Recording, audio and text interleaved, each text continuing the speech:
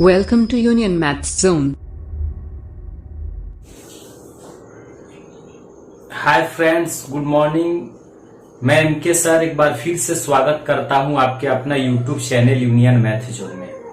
दोस्तों, profit and loss का जो हम लोग टाइप पढ़ रहे थे उसमें एक अहम भूमिका डिस्काउंट रखता है। तो आज की क्लास में हम लोग डिस्काउंट से संबंधित जितने भी छोटे बड़े प्रश्न होते हैं उनको समझने का कोशिश करेंगे कि डिस्काउंट से संबंधित जो प्रश्न होते हैं उन्हें बनाने के लिए हमें कौन कौन से कंसेप्ट, कौन कौन से ट्रिक और उसमें क्या क्या चीज पूछता है।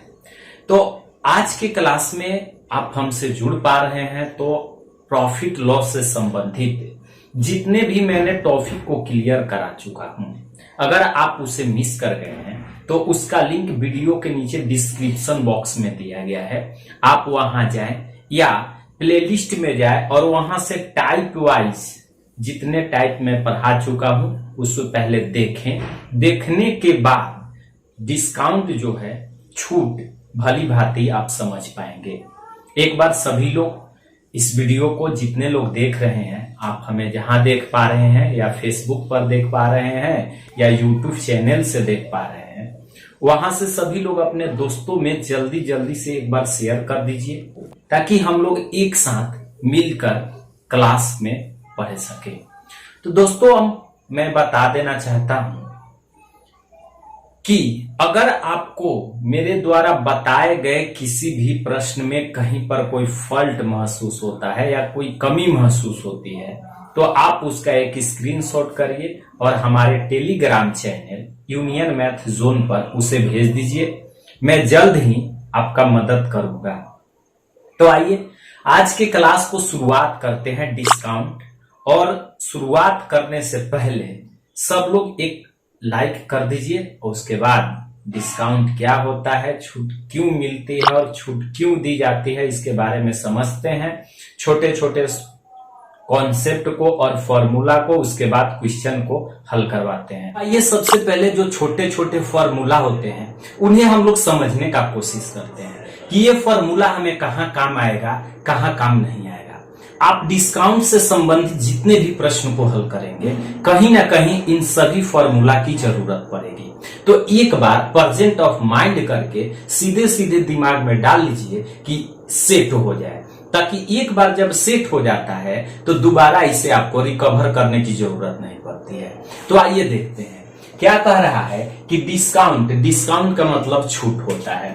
आज के जो हम लोग चैप्टर पढ़ रहे हैं छूट से संबंधित। अब इसमें कह रहा है कि एमपी यानी कि मार्केट प्राइस जो होता है एसपी से सदैव बड़ा होता है। ये बात ध्यान में डाल लीजिए। नंबर 2, डिस्काउंट छूट जब हम लोग को ज्ञात करना होगा तो मार्केट प्राइस में से सेलिंग प्राइस विक्रय मूल्य को घटा देंगे। नंबर 3, डिस्काउंट परसेंट बराबर डिस्काउंट गुना 100 बटा मार्केट प्राइस। ये देखिए, यहां से एक चीज देखिए, जैसे कि हम लोग प्रॉफिट लॉस में लाभ प्रतिशत और हानि प्रतिशत को जब ज्ञात करते थे तो वहां पर हम लोग बटा में सदैव सीपी को रखते थे, यानी कि लाभ और हानि के प्रतिशत की तुलना सदैव क्रय मूल्य से होती है। ठीक उसी तरह से यदि आपको डिस्काउंट परसेंट की तुलना करना होगा तो सदैव मार्केट प्राइस से होगी, यानी कि उसके बट्टा में मार्केट प्राइस अंकित मूल्य होंगे, यानी कि डिस्काउंट परसेंट बराबर डिस्काउंट गुना 100 बटा एमपी। अब यहाँ कर रहा है कि मार्केट प्राइस क्या होगा, तो ये हो जाएगा विक्रय मूल्य गुना 100 बटा 100 माइनस डिस्काउंट। अब यहाँ नोट में क्या कह रहा है दोस्तों कि जब अंकित मूल्य दिया रहे तो विक्रय मूल्य बराबर, कब, जब अंकित मूल्य दिया रहे तब विक्रय मूल्य ज्ञात करने की जरूरत होगी। तो विक्रय मूल्य बराबर हम लोग ज्ञात कर लेंगे एमपी माइनस डिस्काउंट। लेकिन बात तो तब ओरिजिनल होती है कि पूछता है कि समतुल्य बट्टा बताएं, तो A B minus A plus B minus A B बट्टा 100। लेकिन कब, तो समतुल्य बट्टा होता है क्या, थोड़ा सा हम लोग समझने का कोशिश करते हैं। समतुल्य बट्टा का मतलब कि एक ही वस्तु पर 2 छूट दिया जाए, 3 छूट दिया जाए तो उसके बदले 1 छूट। जब एक ही वस्तु पर 2 छूट दी जाती है तो उसके बदले 1 छूट ज्ञात करने के लिए एक छोटा सा टेक्निक है विस्तार से हम लोग इस चैप्टर के अंदर जब प्रश्न आएगा तो वहां समझते चलेंगे। जैसे दुकानदार के पास जाते हैं आप, वहां पर बोलता है कि किसी वस्तु पर मैंने 2 छूट दिया, 10% का और 10% का, या एक दिया 70% का और एक दिया 30% का। तो उस वस्तु का छूट देने के दोनों के बदले एक छूट क्या होगा, ना 10-10 का दीजिए और नहीं 70-30 का दीजिए, तो हमको एक छूट क्या होना चाहिए। तो जैसे 10-10 का 2 डिस्काउंट देता है, तो आप इस पर ज्ञात कर सकते हैं कि 10 जोड़ 10, क्योंकि पहला बार भी 10 का, सेकेंड टाइम भी 10 का, माइनस 10 गुना 10/100।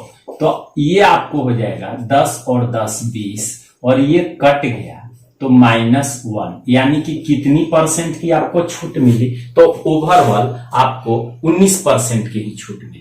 लेकिन ऐसे आप देखेंगे तो 10% और 10% लग रहा है कि 20% का छूट मिल रहा है। तो इस तरह के जो टेक्निक होते हैं उन्हें हमें कहीं ना कहीं समझने की जरूरत है, और यही छोटे छोटे पॉइंट्स आपके एग्जाम को बेहतर से बेहतर बनाने में कोशिश करेंगे।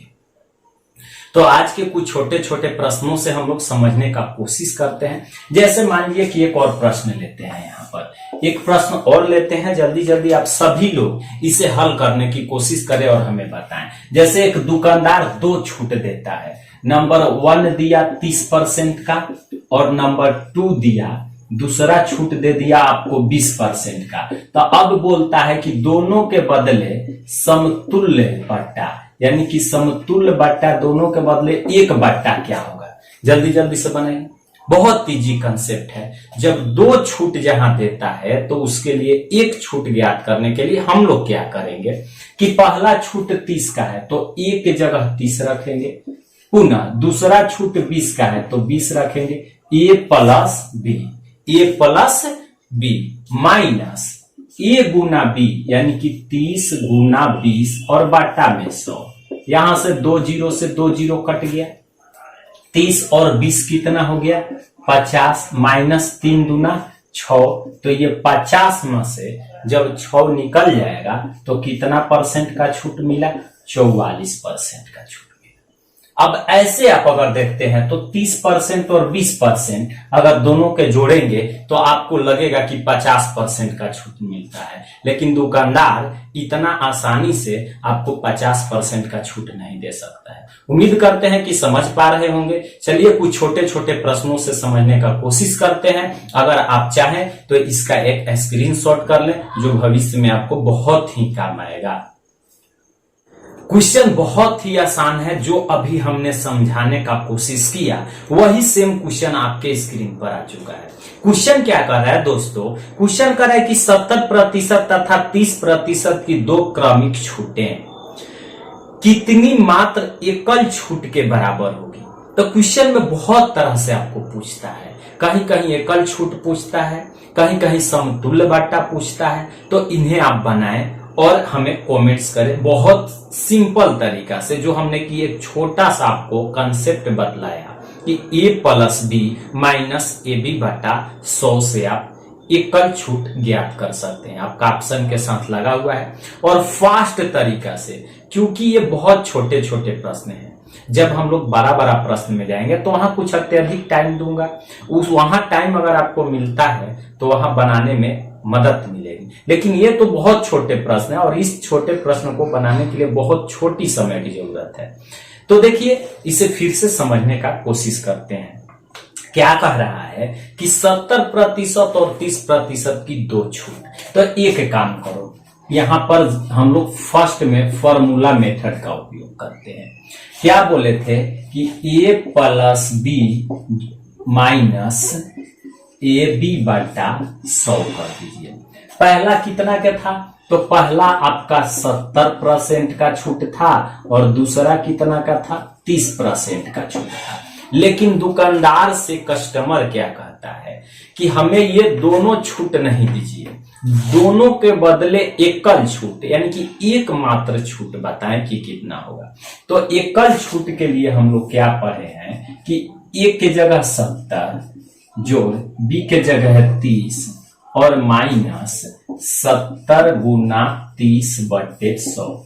ये देखिए 2 जीरो से 2 जीरो कट गया, 70 और 30 कितना हो गया 100 और माइनस 70 का 21। और जब 21 आप घटा देते हैं तो कितना परसेंट का छूट मिलेगा 79%, जो आपके ऑप्शन में सही होगा। लेकिन अगर यहां से आप देखते हैं तो 70 और 30 कितना हो गया 100, एमआरपी 100 होता ही है और 100% का छूट ही दे देगा। दुकानदार इतना आपको मूर्ख लगता है, वो भी अपना सोच समझ के, जहां डिस्काउंट मिलता है वहां समझिए कि आप ठगे जा रहे हैं।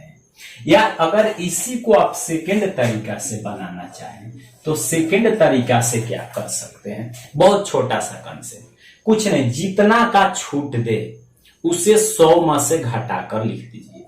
जैसे यहां 70 तो 100 पूरा पूरी होता है, 70% छूट दे रहा है तो वो आपको कितना का दिया 30 का दिया।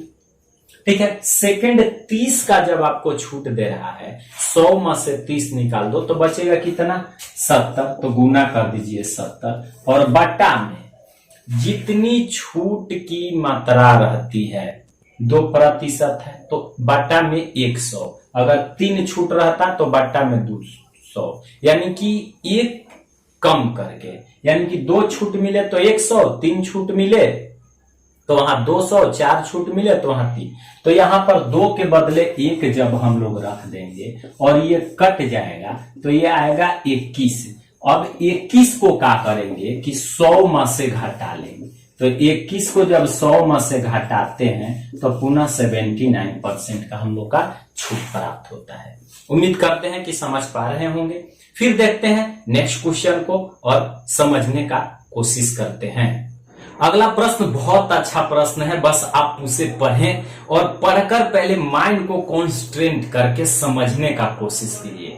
अब यहां से बहुत ऐसे लोग हैं जो हमसे इस वीडियो में जुड़ रहे हैं, नए लोग, तो उन्हें ऐसा लगेगा कि डायरेक्ट मेथड कैसे यूज हो रहा है इस प्रश्न से, क्योंकि बहुत ऐसे कुछ पॉइंट्स हैं जो पीछे के पार्ट्स में पढ़ा दिया गया है, जो इसका लिंक आपके इस वीडियो के नीचे डिस्क्रिप्शन बॉक्स में दिया गया है। आप जाकर के बारी बारी से पहले पार्ट वाइज वीडियो को देखें और देखने के बाद रेगुलर इसमें बने रहें। आपको बहुत ही आसानी तरीके से नोट्स बनाने में भी मदद मिलेगी।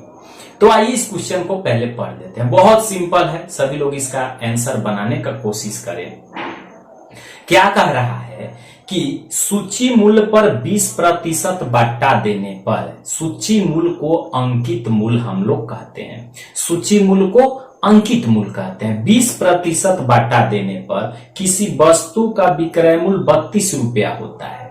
ठीक है, तो कह रहा है कि यदि सूची मूल्य पर 40% बट्टा दें तो विक्रय मूल्य क्या होगा। बहुत अच्छा क्वेश्चन है, बस समझने की जरूरत है। हमने अभी जस्ट पहले फॉर्मूला का उपयोग कराया, उसमें यह बताया कि आपको विक्रय मूल्य ज्ञात करने के लिए हमें क्या करना पड़ेगा, और नोट में मैंने दिया था कि जब अंकित मूल्य दिया रहे तो विक्रय मूल्य कैसे ज्ञात करेंगे, या कुछ छोटे छोटे कंसेप्ट फॉर्मूला को इसलिए बतलाया गया कि ताकि आपके हर प्रश्न में उपयोग हो। सभी लोग एक बार कोशिश करें, ट्राई करें बनाने का, मेहनत करना बहुत जरूरी है। जिंदगी में कभी थकिए नहीं। जिस बार आपको लगता है कि नहीं जिंदगी में हम थक रहे हैं, हमसे रिजल्ट नहीं हो पाएगा, दोस्तों एक बार वहां फिर से आप मेहनत करके कोशिश करो और पूरी जोर लगा दो, देखो सफलता आपकी कदमों के नीचे होगी। तो आइए इस प्रश्न को समझने का कोशिश करते हैं। बहुत अच्छा, बहुत लोग बना रहे हैं, सही आंसर आ रहा है। इसी तरह से कुछ ना कुछ आप आंसर में लिखते रहें, क्योंकि कमेंट्स बॉक्स आप ही के लिए बनाया गया है कि आप वहां कुछ लिखें, कुछ सुझाव दें, कोई चैप्टर के बारे में हमें बताएं कि जैसे ये प्रॉफिट लॉस समाप्त हो रहा है तो कौन सा चैप्टर है जिसको आपको पढ़ाया जाए जो एग्जाम के दृष्टि से आपके लिए बेनिफिट हो। आप कमेंट्स बॉक्स में लिखने के लिए आजाद हैं। तो आइए फिर से समझने का एक बार कोशिश करते हैं और देखते हैं प्रश्न को। प्रश्न क्या कह रहा है कि 20% बट्टा देने पर 32 रुपया विक्रय मूल्य होता है। अगर मान के चलिए कि एमआरपी सूची मूल्य 100 रुपया है, उसमें से 20% जब बट्टा दे दिया गया तो उसका विक्रय मूल्य में ना कन्वर्ट हो गया। जितना की वस्तु था उसमें 20% जब छूट दे दी गई तो वस्तु विक्रय मूल्य में कन्वर्ट हो गया। और यहां विक्रय मूल्य दे रखा है 32 रुपया, तो जब 100 में से 20 घटाएंगे तो कितना होगा 80। तो यहां पर आपको होगा 80 पर जब 32, तो एक पर आप ज्ञात करेंगे तो 32/80 होगा कि नहीं होगा? होगा। लेकिन अब क्या कह रहा है आपके प्रश्न में कि यदि सूची मूल्य पर 40% बट्टा दे तो विक्रय मूल्य क्या होगा? सूची मूल्य 100, एमआरपी 100 हम लोग मानते हैं। जब 100 माने हैं उसमें से 40 का बट्टा ही दे दिया तो अब वस्तु बिकेगी कितने की? 60 की। तो विक्रय मूल्य पूछ रहा है तो इसलिए हम लोग ज्ञात कर लेंगे 60 पर। तो 32 × 60/80, 1 0 से 1 0, 8 चौके 32 और 6 चौका 24। आपका 24 रुपया करेक्ट आंसर होगा। जो अब विक्रय मूल्य, पहले विक्रय मूल्य 32 रुपया था, लेकिन कब? जब 20% की छूट दी जा रही थी तब। लेकिन अब विक्रय मूल्य कितना होगा? तो अब विक्रय मूल्य आपको 24 रुपया होगा। उम्मीद करते हैं कि आप समझ पाए होंगे। फिर से इसी कंसेप्ट और इसी डिस्काउंट चैप्टर का ही नेक्स्ट क्वेश्चन को देखते हैं और आप कॉन्स्ट्रेंट करके उसे भली भांति आंसर बनाने का कोशिश करें। चलिए अगला क्वेश्चन, आप पहले भली भांति क्वेश्चन को ध्यान से पढ़ें। क्वेश्चन में क्या कह रहा है दोस्तों? कह रहा है कि किसी वस्तु का 30% बट्टा से 60 रुपए की छूट मिलती है। अगर किसी वस्तु पर 30% की बट्टा दी जाती है तो छूट कितनी मिलती है? 60 रुपए की। तो कह रहा है कि अंकित मूल्य क्या है? आपको अंकित मूल्य ज्ञात करना है, यानी कि एमआरपी। और एमआरपी हमने बतलाया आपको कि सदैव 100 पर ज्ञात करते हैं। बहुत छोटा क्वेश्चन है, अब इससे छोटा डिस्काउंट का कोई क्वेश्चन नहीं हो सकता है। अगर आप मेहनत कर रहे हैं तो मेहनत करके पढ़िए और सभी क्वेश्चन का एक नोट्स बनाते चले, ताकि भविष्य में आपको कहीं भी कोई परेशानी की सामना नहीं करना पड़े। तो आइए ऐसे प्रश्न को एक बार समझने की कोशिश करते हैं कि क्या होना चाहिए। ऐसे जितने लोग जान रहे हैं इसका आंसर हमें कमेंट्स बॉक्स में करें। जब तक आप आंसर देते हैं, जब तक हमसे जुड़े रहते हैं, तो आपके सभी कमेंट्स को मैं जरूर पढ़ता हूं, जरूर देखता हूं। आपको यहां ऐसा लग रहा होगा कि मेरा कमेंट्स नहीं देखा जा रहा है। जितने लोग जुड़ पा रहे हैं सबका कमेंट्स मैं देखता हूं। बहुत इजी प्रश्न था, बहुत सिंपल तरीका से इसे बनाया भी जा सकता है। प्रश्न में क्या कह रहा है कि 30% की छूट देने पर 60 रुपए की छूट मिलती है, यानी कि छूट के बराबर छूट नहीं हुआ। 30% छूट बराबर कितना रुपया? 60 रुपया। लेकिन प्रश्न में कह रहा है कि अंकित मूल्य बताएं। मात्र 2 सेकेंड का था। अगर आपका माइंड काम कर रहा है तो ऐसे प्रश्न को आप विदाउट पेन टच किए हुए भी बना सकते हैं। कुछ नहीं करना था। देखिए, जब 30% छूट दिया जाता है तो छूट कितना रुपया का बराबर होता है? 60। छूट बराबर छूट। अब एक की वैल्यू कितनी हो जाएगी? 2। लेकिन एमआरपी सदैव 100 पर अंकित मूल्य, इसलिए 2 × 100 बराबर इसका मूल्य कितना रुपया अंकित मूल्य लिखेगा? 200 रुपया। अब देखिए कैसे, जब 200 रुपया अंकित मूल्य है तो अंकित मूल्य पर क्या कह रहा है कि 30% की बाटा देने पर 60 रुपया छूट मिलती है। अगर आप इस पर 30% बट्टा देंगे तो ये आपकी हो जाएगा कितना? तो 200 का 70/100 ना, यानी कि 0 से 0, 7 दूना 14, 140 रुपया। अब ये दोनों के बीच आप डिफरेंस देख सकते हैं कि 60 रुपया का छूट मिला कि नहीं मिला? मिला ना। अगर 200 की वस्तु है, 70 यहाँ 30% छूट, यानी कि 100 से 30 निकाल दिया तो ये 70, तो ये वस्तु आपको मिली कितना की? 40 की, लेकिन एमआरपी था कितना 200, तो वही ना करे कि दोनों के बीच छूट मिल कितना गया 60 रुपए का। तो चलिए बहुत अच्छा, अगर आप चाहें तो इसका एक स्क्रीनशॉट कर लीजिए। फिर से देखते हैं हम लोग इसी टाइप के ऐसे ऐसे छोटे छोटे प्रश्न, लोअर ग्रेड से अपर ग्रेड तक बढ़ते कदम में हम लोग चलेंगे। शून्य से शिखर तक हमें पहुंचना है। मैं बार बार आपको समझाता हूं कि हमें पढ़ाना नहीं है, हमें बस समझाना है। अगर पूरी वीडियो देखने के बाद अंत तक आप एक वीडियो से कुछ ना कुछ सीख प्राप्त कर लेते हैं तो मैं समझता हूं कि मेरे द्वारा दिया गया क्लास 110% सक्सेसफुल रहा। अगर एक भी बच्चा एक भी क्वेश्चन नहीं सीख पाता है तो इस वीडियो को बनाने से हमें कोई फायदा नहीं है, कोई फायदा ही नहीं है। क्यों? क्योंकि एक भी बच्चा समझ नहीं पा रहा है तो टाइम वेस्ट करने से, इतना मेहनत करने से कोई फायदा नहीं है। तो आइए दोस्तों देखते हैं नेक्स्ट क्वेश्चन को और उसे समझने का कोशिश करते हैं। उम्मीद करते हैं कि आप सभी समझ पा रहे होंगे। अगला क्वेश्चन बहुत ही अच्छा प्रश्न है, आप इस क्वेश्चन को पहले ध्यान से पढ़ें। क्वेश्चन में क्या कर रहा है, कह रहा है कि एक घड़ी विक्रेता अंकित मूल्य पर 15% बट्टा देता है। यदि वह 20% बट्टा दे तो पहले से 60 रुपया कम लाभ होगा। जायज सी बात है, बट्टा कम दीजिएगा तो लाभ ज्यादा होगा, बट्टा अधिक दीजिएगा तो लाभ कम होगा। तो कह रहा है कि घड़ी का अंकित मूल्य क्या है। सेम प्रश्न है, इसके जस्ट पीछे हमने जिस प्रश्न को देखा उसमें भी यही पूछा था कि घड़ी का अंकित मूल्य क्या है। तो सभी लोग जल्दी जल्दी से इसे बनाने का कोशिश करें और इसका सही सही आंसर हमें कमेंट्स करें।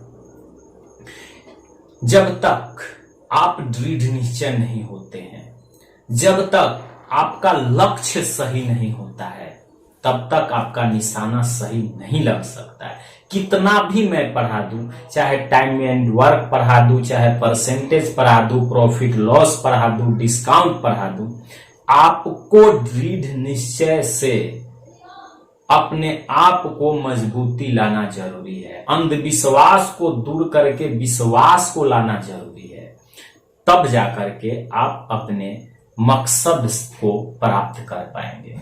बहुत छोटी सी प्रश्न है और ऐसे ऐसे प्रश्न को आपको देखते देखते ही आंसर टाइप करके सेंड कर देना चाहिए था।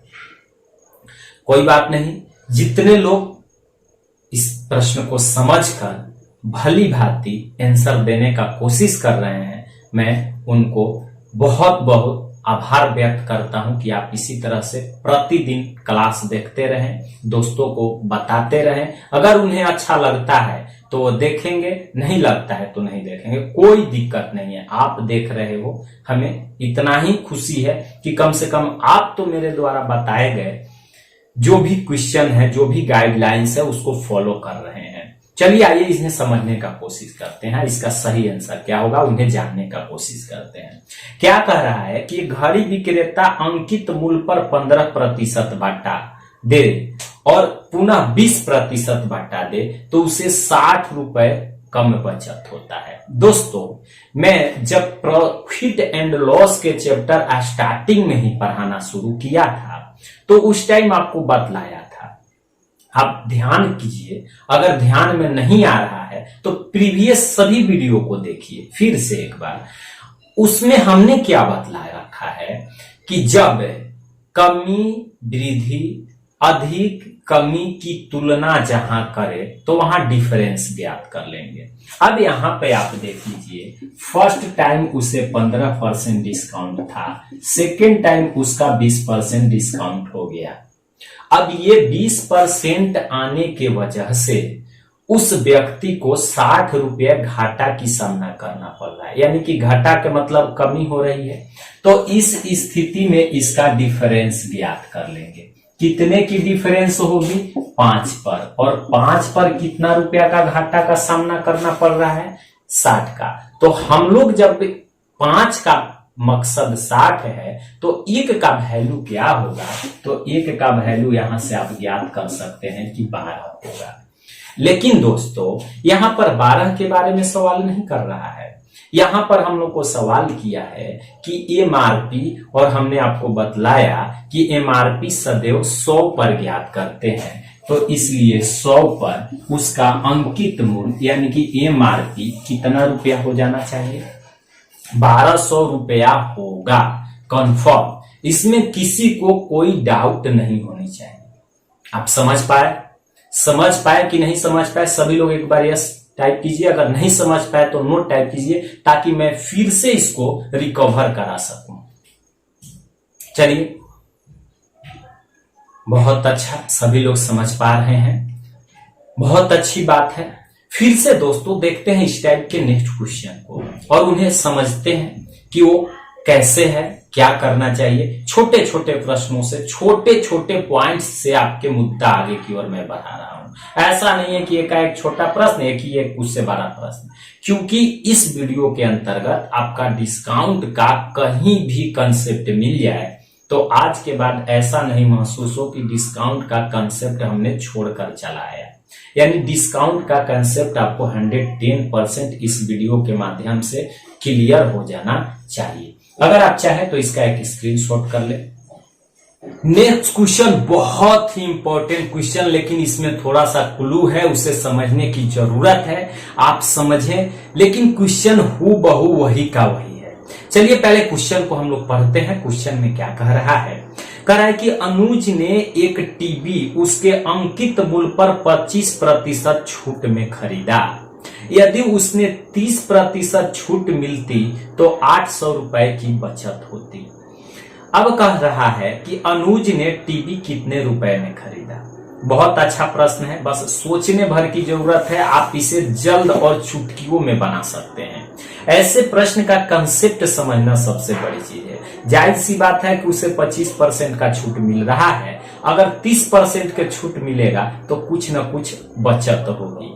तो उस बचत को फॉलो करते हुए वो कितने में खरीदा, यानी कि उस टीवी का अनुज टीवी कितने रुपए में खरीदा, उसका क्रय मूल्य बताना है।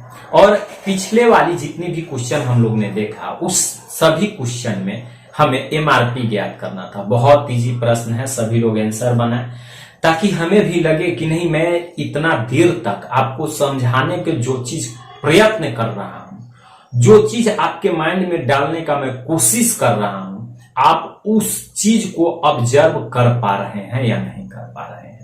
अगर ऑब्जर्व कर पा रहे हैं तो कितना क्विकली तरीका से, अब ऐसा नहीं कि आज हमने प्रश्न दिया आप कल आप उसको आंसर बना कर लीजिए, ये तो बहुत ही लोअर स्थिति हो जाएगी। आप कितनी क्विकली तरीका से उसका आंसर देने का प्रयत्न करते हैं।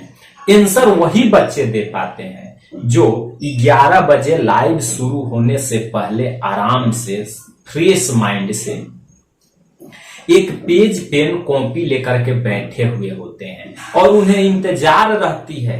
और वैसे भी मैंने जो भी टॉपिक पढ़ाता हूं एक दिन पहले सूचना दे देता हूं कि कल के क्लास में ये टॉपिक क्लियर कराऊंगा, तो उन्हें इंतजार रहती है। पढ़कर खुद से थोड़ा मोड़ा बैठे हुए रहते हैं। अगर जो प्रश्न पढ़े हुए हैं उनका तो आंसर वो भली भांति दे पाते हैं, अगर जो प्रश्न नहीं पढ़े हुए हैं उन्हें समझने का कोशिश भी करते हैं। तो इंतजार रहती है कि कब क्वेश्चन आए और कब मैं उसका तुरंत आंसर दूं।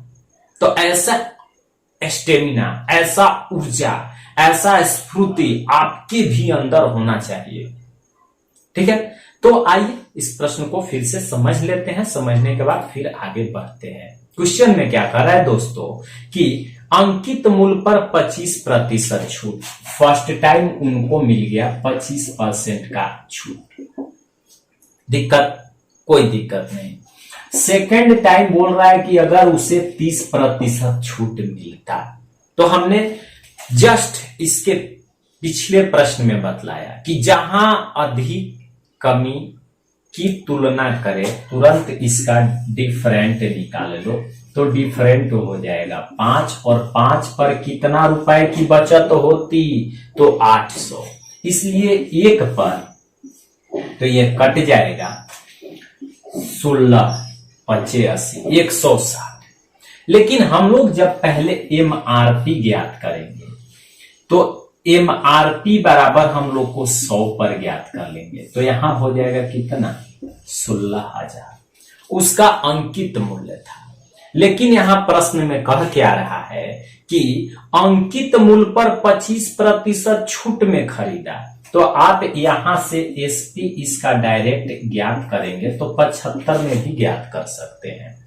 1 पर 160, 1 पर कितना 160, इसलिए इसको ज्ञात करना कोई जरूरी नहीं था। हम लोग को तो विक्रय मूल्य जो एमआरपी पर छूट मिला और तो उसका तो विक्रय मूल्य हुआ, लेकिन यहां पर अनुज का क्रय मूल्य हो जाएगा। बात समझ पा रहे हैं? जैसे यहां पर देखिए, अगर दुकानदार एमआरपी रखता है 100 रुपया और इस पर डिस्काउंट देता है 25%, तो ये तो दुकानदार के लिए जो होगा विक्रय मूल्य होगा, क्योंकि 25% देकर वह बेच रहा है। लेकिन वही चीज जो खरीद रहा है व्यक्ति अर्थात अनुज, तो अनुज के लिए वो चीज क्रय मूल्य होगा। तो इसका क्रय मूल्य बराबर ये विक्रय मूल्य 75%। तो यहां पर आप देख सकते हैं कि अनुज का सीपी भी कितना परसेंट होना चाहिए, 75%। इसलिए 75 पर आप ज्ञात करेंगे तो 160 गुना 75 बराबर कितने हजार हो जाएंगे, तो 12,000।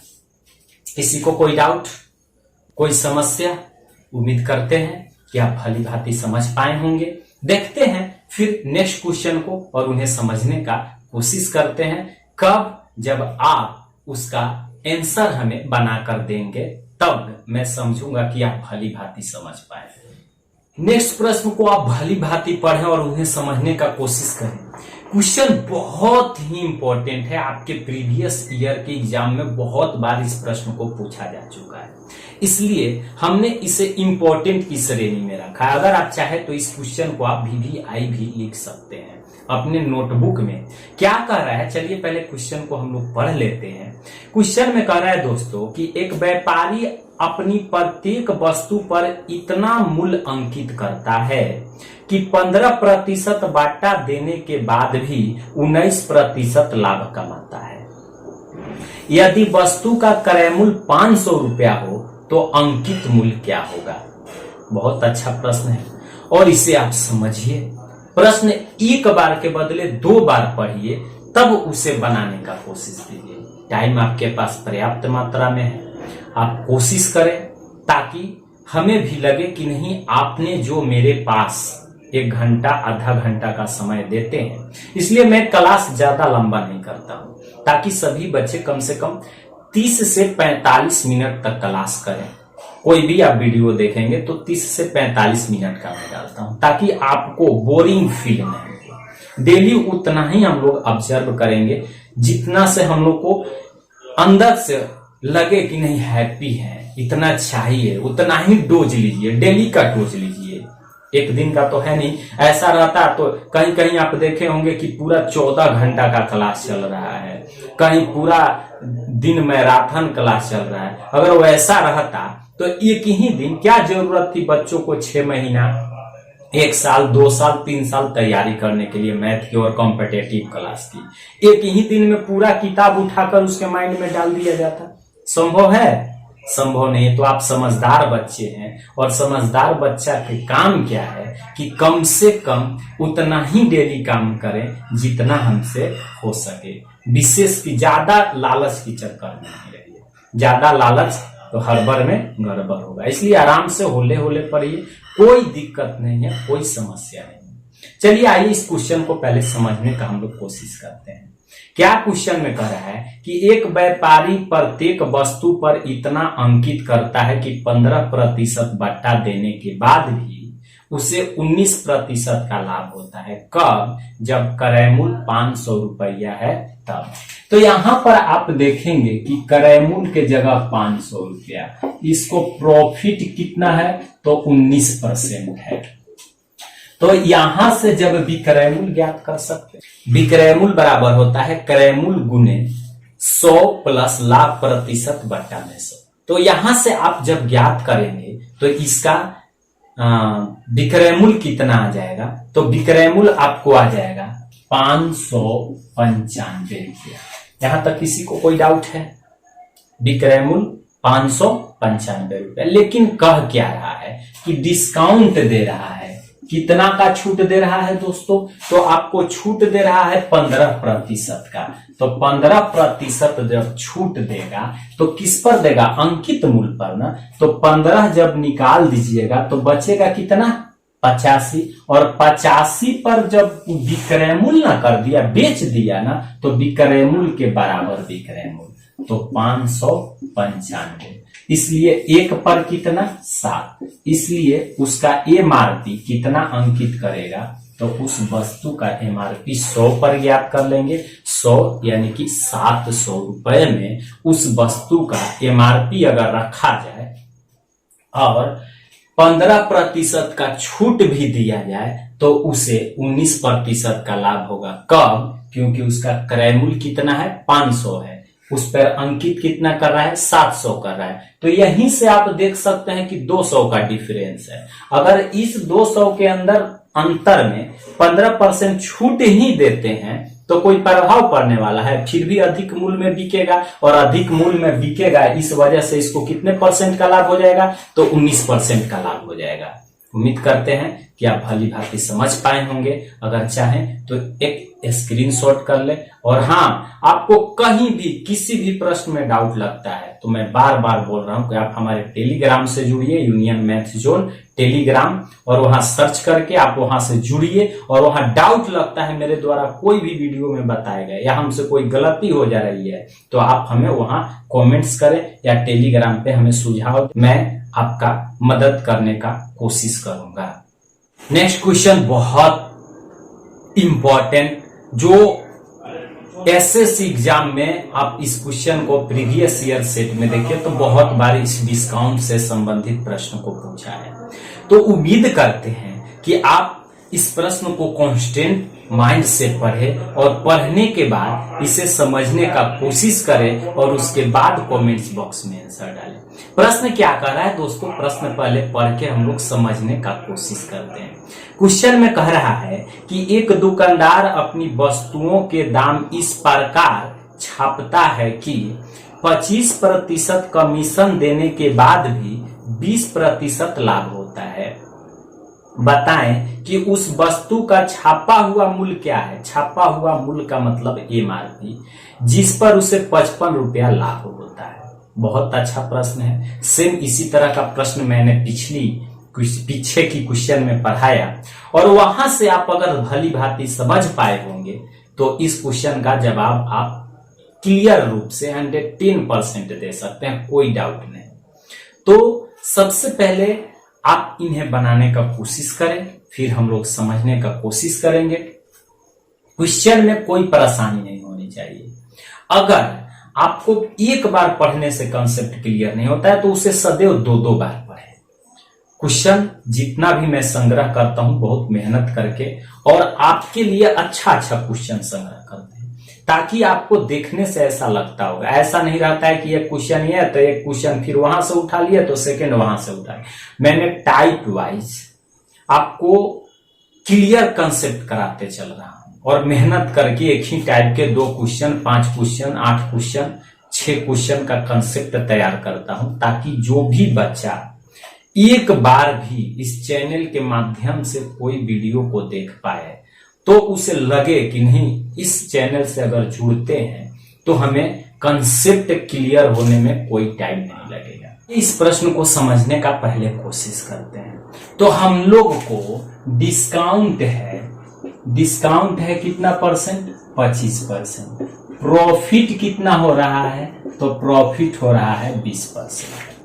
तो जब एक बात बताइए, कोई भी वस्तु पर आपको 20% की लाभ हो रही है तो आप कह सकते हैं कि उसका विक्रय मूल्य 120 रखा जाए या 120 होना चाहिए। तो इसलिए विक्रय मूल्य बराबर हम लोग लिख सकते हैं 120। लेकिन क्वेश्चन में बोला है दोस्तों कि यदि प्रॉफिट 20% है और 55 रुपया दिया हुआ है तो हम लोग लाभ के बराबर ना लाभ करेंगे। तो यहां पर आप कर सकते हो 20 के बदले कितनी? 55, इसलिए एक पर 2.75, इसलिए कितना पर? तो 120 पर जब 120 की वैल्यू ज्ञात करेंगे तो 2.75 इंटू 120 इक्वल टू 330 रुपया कितना ज्ञात हो जाएगा।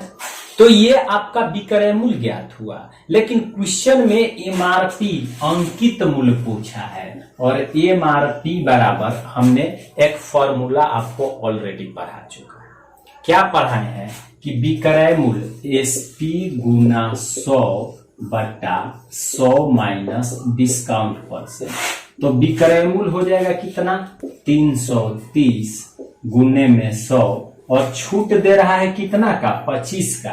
तो 25 100 में से घट जाएगा कितना 75, 25 आई 75, 25 का 100 और 11 तिया 33 और 11 चौके 44, यानी कि 400 कितना रुपया एमआरपी अंकित करेगा 440 रुपया।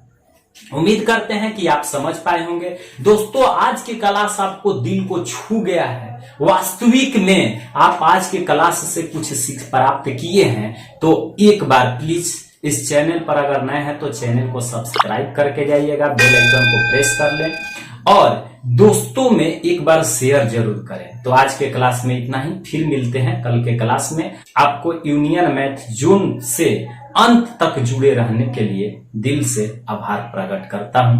Thank you.